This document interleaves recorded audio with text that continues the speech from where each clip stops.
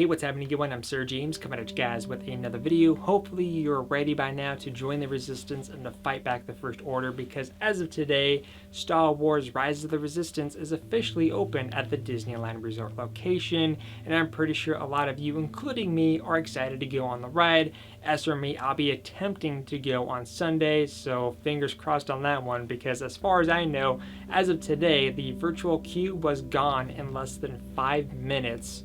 And I'm pretty sure that's going to be a common factor for the next couple of months. But who knows, maybe it might be better during the weekday when the kids are in school, right? So anyways, this video is to help guide those of you that are new to the Disneyland app and have no idea how to get a virtual pass on your phone. If you're already familiar with the application and mobile device, you probably already know what to do from here. But again, this is primarily for those of you who are new to the app, have no idea what to do, where to go, where to put in certain key pieces of information. So let's go ahead and begin by first bringing out your mobile phone. Doesn't matter if it's iOS or Android. Again, you just need to have a phone that supports applications, which is pretty much most modern phones for the past few years by now. Next up is to download the official Disneyland app. I have a link in the description down below that will take you directly to the page, whether it's iOS or Android. From there, once you've downloaded the official app, is to find the Disneyland app. Make sure you move it somewhere where it's going to be easy to find in the morning, by the way. And you're going to go ahead and to open up the app. Once you open up the app, you may be presented with an option to go ahead and to log in or create an account. If you don't have an account, make sure you create one, because it's important to log in to this information, because you're going to have to add some other things along the way. Now, once you've logged in and created an account, the next step is to link your Disney ticket and your annual pass. In order to do that, you need to go here on the bottom right hand corner. There are 3 lines stacked on top of each other that are in bold. You're going to go ahead and select that. Scroll down until you see link to account. Once you do that, you're going to see 2 options. Option number 1, which is the option you will be selecting, is link tickets or passes. Option 2 is to link photos. A little bit of a tip here. 1, make sure that when you're doing this process, if you have more than one person in your party, make sure you're linking all their passes as well. And if you're someone who's an annual pass member, I would highly recommend you definitely add your account on here, because in the future, let's say you happen to forget your card, your information will be saved on your phone, and you could use your phone to simply check in during the check-in process. Now, once you do that, you're going to go ahead and again select option 1, and from here you're going to go ahead and to scan all your cards, info, tickets, whatever in this process. Now, if for some odd reason the scanning portion isn't working because maybe the quality of your camera is bad, then you can manually do so by entering the ID code on the very bottom. And then right here it basically has where is my ID number. If you're not sure where to find it, that will guide you through that process. But once you implemented all your information, the next step is to go back to the home page. Now, this is important. Keep this in mind. For 1, again, you need a virtual boarding pass to get on Rise of the Resistance. Keep in mind that these passes are going to go by really quick in the morning.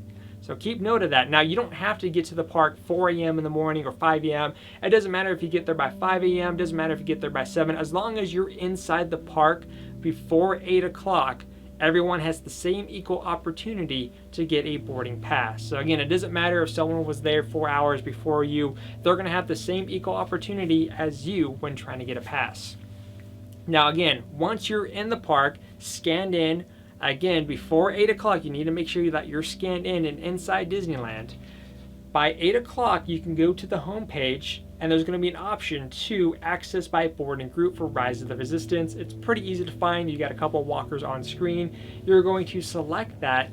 On there, towards the bottom, actually it does have some information of when they're boarding. Like as of right now, it is currently 4:43 as I'm making this video in the afternoon, and they're currently only boarding groups number 62 through 67. So they're not even near 100. So keep in mind that if you are someone with a boarding group in the higher numbers, there's a less likely chance that you might be getting on the ride. So the lower the number, the better the chances you have of getting on. Now from here, there are going to be 2 things in the middle. One of them is called My Status. The other option is Join Boarding Group. Now right now it's grayed out for me because again it's late in the afternoon as I'm recording this video, but at the time by 8 o'clock this should be in orange. When it's in orange, you're going to go ahead and select that, and you're going to be taken to the next page, which is going to be to select your party members. So again, that's why I said it was crucial to ensure that if you have more than one person in your party, to ensure that everyone's information is linked to your account when attempting to get a boarding pass.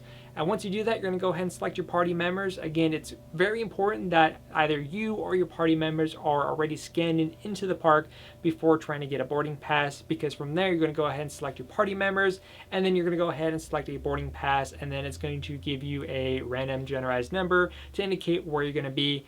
As I stated, the lower the number, the higher chance you have on getting on the ride.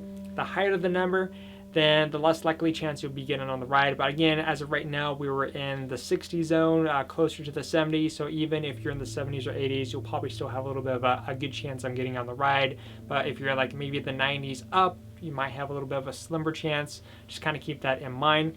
But anyways, I hope this video was very helpful for you guys. Other things I want to go ahead and suggest that for those of you who are new to the Disneyland app, I would highly recommend you get familiar with the application because it could help you better plan your day.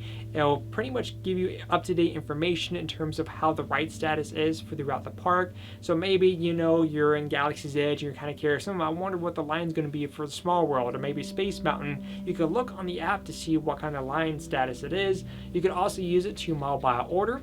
And also too, for anyone that is interested in building a lightsaber at Sabri's workshop, you do need to also utilize the Disney app in order to book a reservation. So if you need to book one, I suggest you book one early on as well. As for the Droid Depot, there is an option for booking an experience, though technically it's not really needed unless if they're really packed in. But other than that, again, hopefully this video was helpful for you guys. I will be attempting to get a boarding pass this Sunday, so you know, wish me luck on that one. Oh, and before I forget, there's a couple neat things that might have your interest over in the Galactic Grill over in Tomorrowland.